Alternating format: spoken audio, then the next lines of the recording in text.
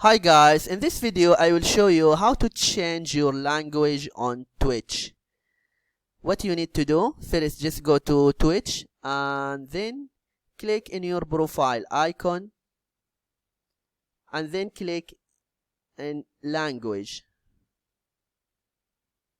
You can see you have here many languages: English, Dansk, Dutch, English UK, Espanol.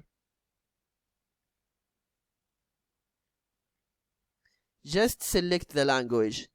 If for example I select Norsk, just click.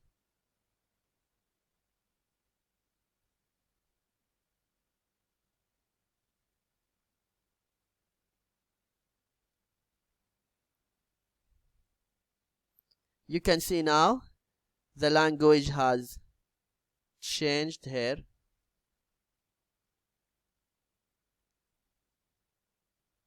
And now if I want to change it back,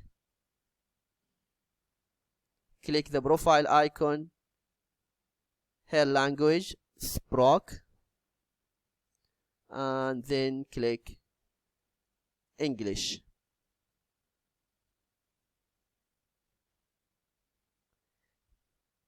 Yeah, it's already changed now.